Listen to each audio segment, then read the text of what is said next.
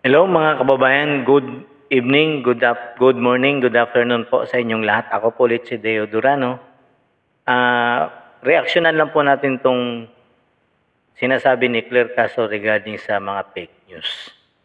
Pakinggan po natin siya mamaya mga kababayan, ha? PDP Laban Street, PDP Laban Street, PDP Laban Street, PDP Laban,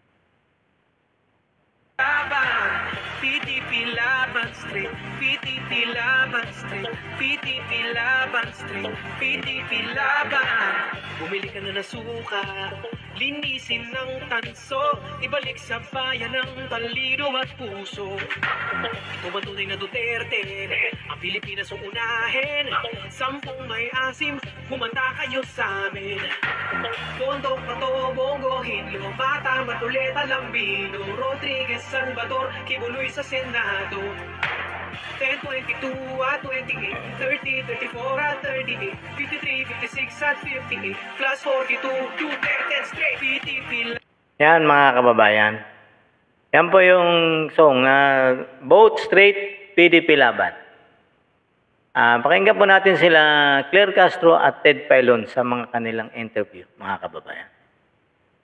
Mainstream media, at usapin ng to combat fake news, no? Yung fake news kasi pwedeng propaganda talagang paninira, pero meron din po naman ding mga programa nga dapat ang gobyerno na ipinaaabot sa tao sa pamagitan po ng mga panayam, no, sa mga opisyal ng gobyerno. Ang concern naman namin, halimbawa, no, sabi nga din kahapon ng Ginoong Holmes, dapat maging proactive ang communications team ng gobyerno, hindi lang sa Malacanang, kundi sa bawat departamento.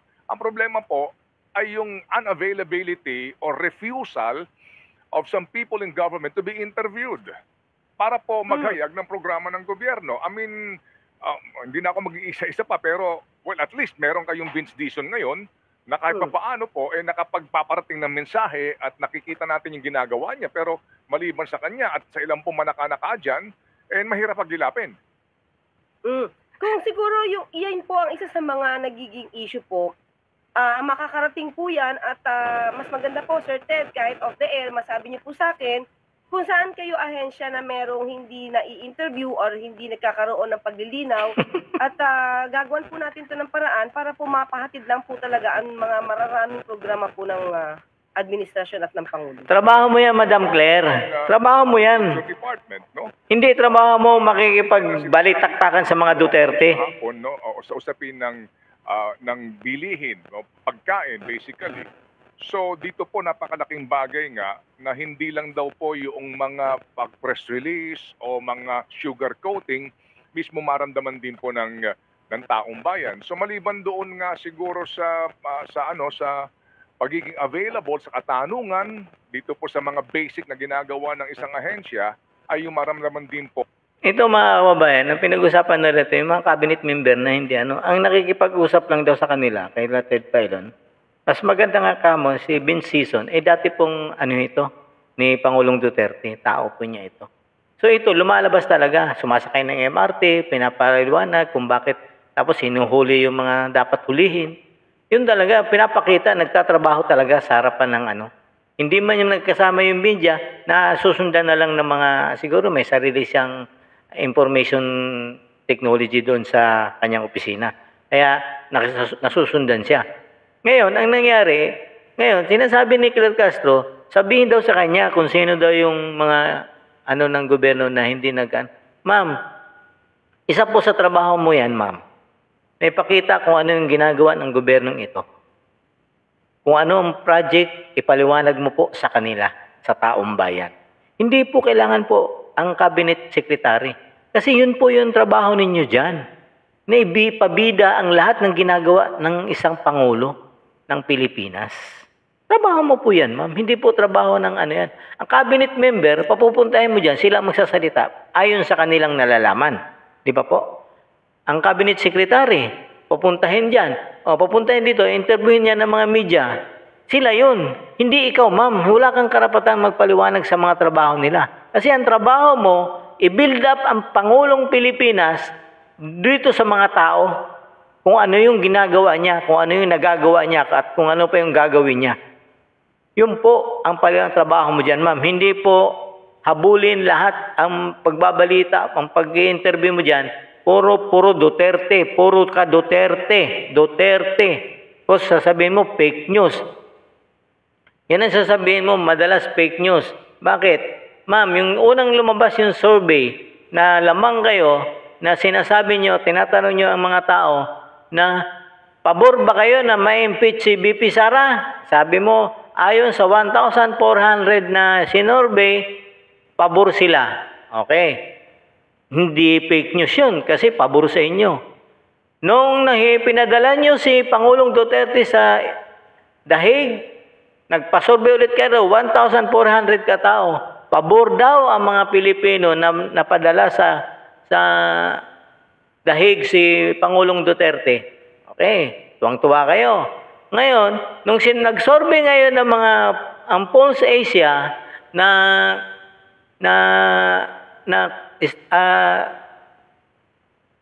tawag nito yung pagkakatiwala ng mga tao kay Marcos at sa BP Sara at sa kay Speaker at sa kay Senate President, tumaas ang popularity rating ni BP Sara. Ang sinagot nyo, fake news. Fake news yan kasi laging fake news na lang ang dahil hindi pabor sa inyo. Tama ba yun, ma'am?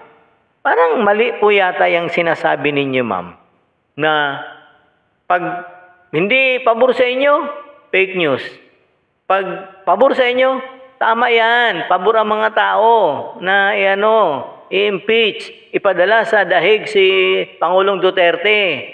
Tama. Pero nung bumagsak ang Panginoon mo dyan sa Malacanang, fake news. Ang galing mo, ma'am. Mag-isip-isip ka kaya muna, ma'am. Alin ang fake news? Di ba po? Hindi po tama yung pinagsasabi mo dyan, ma'am, sa tutulang. Pakinggan po natin siya ulit, mga kababayan. Secretaries din, heads of the states, heads of the agencies, ang ating makukumbida para po mas maraparating nila sa tao kung ano yung dapat na makita, ano ang mga serbisyong pwedeng madinig o maramdaman ng tao. Trabaho nila yan, department head. Hindi mo trabaho yan. Ito ay bukas anytime kapag po may mga isyong pambayan na gusto liwanagin mismo po ang gobyerno, particular po ang ilang mga government agencies para po maging daan din doon sa pagpapalawak po ng informasyon, USEC. Dito po sa issue ng kidnapping ngayon. Kahapon nakapanayan po namin ang honorary chairman nga po ng Philippine Chamber of Commerce. Ayan, mga kababayan, ang pinag-usapan naman nga nila ngayon, kidnapping. Okay? Tingnan mo yung sagot nitong lukarit na ito. Si Ginoong Sergio Luis Ortiz. At sa kanya nanggaling, worried sila. Dito po sa ilang kaso po ng kidnapping, nga sabi mismo ni Ma'am Tessie Asin, 3 kidnappings in just 5 weeks. Hindi po ito kumbaga, ma'am, hindi po ito fake news, no? At dito po, talagang sinasabi na ng mga negosyante na ang gobyernong Marcos kailangan na po ditong kumilos at maramdaman nila na may ginagawa ang gobyerno. Yes, sir. Katulad nga po nito, siguro din po hindi naman din to fake news na talagang mabilis po na inaksyonan itong sitwasyon po ni Mr. Ke. Bago nga mag-Easter Sunday ay nakuha na po o nahuli ang 3 suspect. Ganun po talaga kabilis ang isinagawa dahil din po ito sa direktiba ng Pangulo. Siguro ang tanong kasi diyan, baka naman Paul Guy magganong kabilis. At tanong ngayon, nasaan yung pera? Di ba po? Ang pera ngayon nasaan? Na 210 million na pinamigay, na kinuha ng mga kidnapper. Nasaan yung pera? Na-recover nila yung tao, walang pera? Ano yun? Naubos agad nila? 4 na sakong pera yun, mga kababayan. 4 na sakong pera yun. Sa tingin mo kayang ubusin nila? Agad-agad? Nasaan na yung pera? Hindi naman siguro tatanggap ng kidnapper na cheque o sinasabi nilang Bitcoin Kalukuhan yata yun. Kaya nga sila nangikita, kailangan nila ng pera. Tapos, sasabihin nila ngayon, ano? Ang pera nasaan? Di ba po? Oh, the past is the furious. Nakuha nila yung mabilis ang mga kidnapper. Ang tanong, saan yung pera? Binabalita ba nila kung nasaan yung pera? Dapat ma-recover nila yung pera. Saan ngayon yung pera, mga kababayan? Yan ang mga tanong dyan na, Sir, ganito. Pag may mga ganitong sitwasyon, minsan po, kaya po siguro hindi nakaka-action agad ang PNP or ibang mga law enforcement agencies. Saka tandaan niyo mga kababayan, iba yung sinasabi ni Marbil, iba yung sinasabi ng spokesperson ng PNP. Ang sinasabi ni Marbil, hindi raw tumataas ang krimen sa Metro Manila. Ang sabi naman ng spokesperson na si Pardo, mataas nga po ang krimen sa Metro Manila. Tama? Sino pa talaga ang totoo nagsasabi sa kanila? Ang nagsasabi ng totoo, mga kababayan? Kasi ang hirap na pong paniwalaan, sa totoo lang. Tingnan niyo po yung mga tanong pa dito ni Ted Filon sa kanya, mga kababayan. Kasi po mas mapapabilis po ang trabaho ng law enforcement agencies natin kung makikipag-cooperate din po yung mga taong concerned. Sa punto, ma'am, ng dapat wala kasing kidnapping na nangyayari eh. Hindi po ba? I mean, yung prevention. Ano po ang inyong masasabi doon, attorney? Sir, sinisikap naman po ng pamahalaan. Kahit sino pong gobyerno, kahit anong bansa, ayaw naman po ng itong klaseng krimen. Pero hindi po ito maiiwasan kung may ganyang klaseng mga pagbabanta. Kailangan din po talaga ng tulong, no? Ng tao. Tulong mula sa tao na para mabilis din maka-action ang mga law enforcement agencies. Pero sabi nga natin, ito mga suggestion po na nagbumula sa mga concerned citizens natin, ikinukonsidera po talaga to dahil hindi po magandang Sa ating pong batas, ang sabi nga nila, dapat may special court dito sa mga kidnapping cases para masiguro lang na mabilis yung pagpaparusa dito sa mga may Dapat nga, may... ang Semana Santa, opo, ang crime rate, ang index crime bumaba, ano po, mga etc.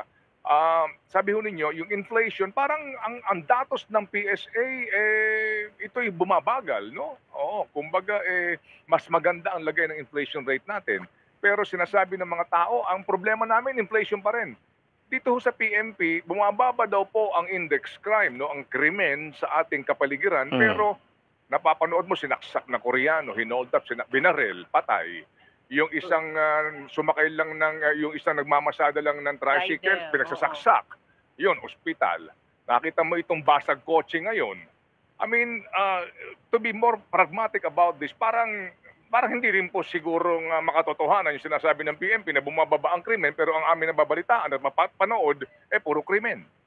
Yun na nga po sa nangyayari. Kaya yan din po yung pag-uusap namin. Kasi po, ang na-news talaga, yung mga isolated cases na tulad niyan. Kasi ako po, ngayon, paglabas ko sa bahay, wala naman ako nakikitang saksakan. Pagpunta ko dito sa palengke, wala naman ako nakikitang snatch. Yan. Tama mo paliwanag niya, mga kababayan. Wala doon siya nakikitang snatcher. Ma'am, baka naman nakasubdivision ka, nakasakotse ma, tapos namimili ka sa mall, sa grocery. Talagang wala ko talagang makikita nun, ma'am. Huwag ka namang, single out na mo yung sarili. Isinampol mo pa yung sarili mo. Naku, ma'am, baka may bodyguard ka pa nga eh. Namimili ka ba sa Baka sa mall ka sa grocery ka na mamalingki, sa SM Mall. Sa lahat ng mall, Robinson Mall. Paano may snatcher doon? Di ba po? Naibig doon mga budul-budul. Pero ma'am, tama na po. Tama na ang ninyo. Tanggapin niyo pong katotohanan na talagang kalat na po. Pumunta kayo sa Malate, ma'am, ng gabi. Tingnan, gabi po, pumunta kayo ng Malate, Manila. Tingnan niyo po dyan, daming tao dyan. Gabi-gabi. May snatcher, may pinatay pa. Meron nga pinatay dyan na hindi nababalitaan. Yun na sinasabi ko sa iyo, ma'am, na hindi po yan, pumunta po kayo ng gabi sa mga bibong lugar. Huwag doon sa bahay mo. Ang sinasabi mo lang, bahay mo. Huwag po gano'n. Huwag po kayong isampol yung sarili mo. Nagkakamali ka dyan, ma'am. Mamaya nasa subdivision ka. O mga kababayan, magandang gabi po, magandang umaga, magandang tanghali po sa inyo lahat. Ako po ulit si Deo Durano. Magandang umaga po, magandang hapon. Both street po tayo, PDP laban po mga kababayan.